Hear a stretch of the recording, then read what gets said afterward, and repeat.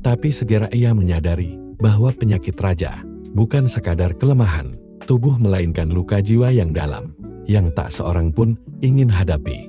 Struensee mendekati Christian bukan sebagai hamba atau politisi, tetapi sebagai manusia. Ia berbicara padanya, mendengarkan kegelisahan-kegelisahan yang mengalir dalam gumaman dan teriakan lirih sang raja. Dan untuk pertama kalinya, Christian merasa dihargai. Ia mulai mempercayai dokter muda itu lebih daripada penasihat manapun sebelumnya. Kepercayaan itu membuka jalan bagi perubahan.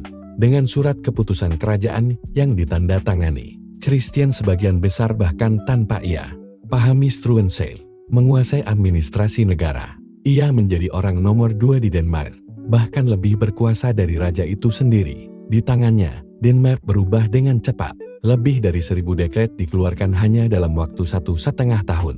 Sistem peradilan dibersihkan, pajak-pajak rakyat kecil dikurangi, budak rumah tangga diberi perlindungan hukum, sekolah-sekolah didirikan, dan para bangsawan yang korup disingkirkan. Dunia mencemooh Denmark sebagai negeri yang diperintah oleh dokter gila. Namun rakyat kecil mulai merasakan nafas segar. Namun terlalu banyak perubahan, terlalu cepat. Bangsawan dan gereja, dua tiang utama kekuasaan lama, merasa terancam. Mereka memata-matai Struensee, menyusun konspirasi, dan menunggu satu kesalahan fatal. Dan kesalahan itu datang dalam bentuk asmara.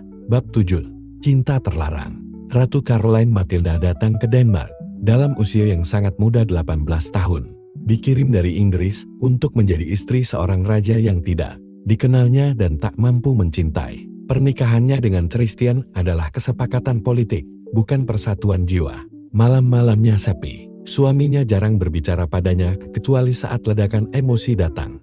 Ia merasa seperti burung dalam sangkar emas. Dan lalu, datanglah Struensee. Pria cerdas itu menawarkannya bukan hanya percakapan, tapi perhatian, pengertian, dan kehangatan manusiawi.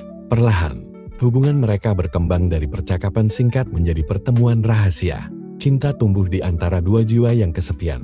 Meskipun dunia akan mengutuknya, rumor mulai beredar di istana. Ketika sang ratu melahirkan seorang putra kedua yang diduga kuat adalah anak Struensee, konspirasi mencapai puncaknya. Pada malam pesta topeng di awal tahun 1772, para bangsawan menyerbu kamar sang ratu. Struensee ditangkap.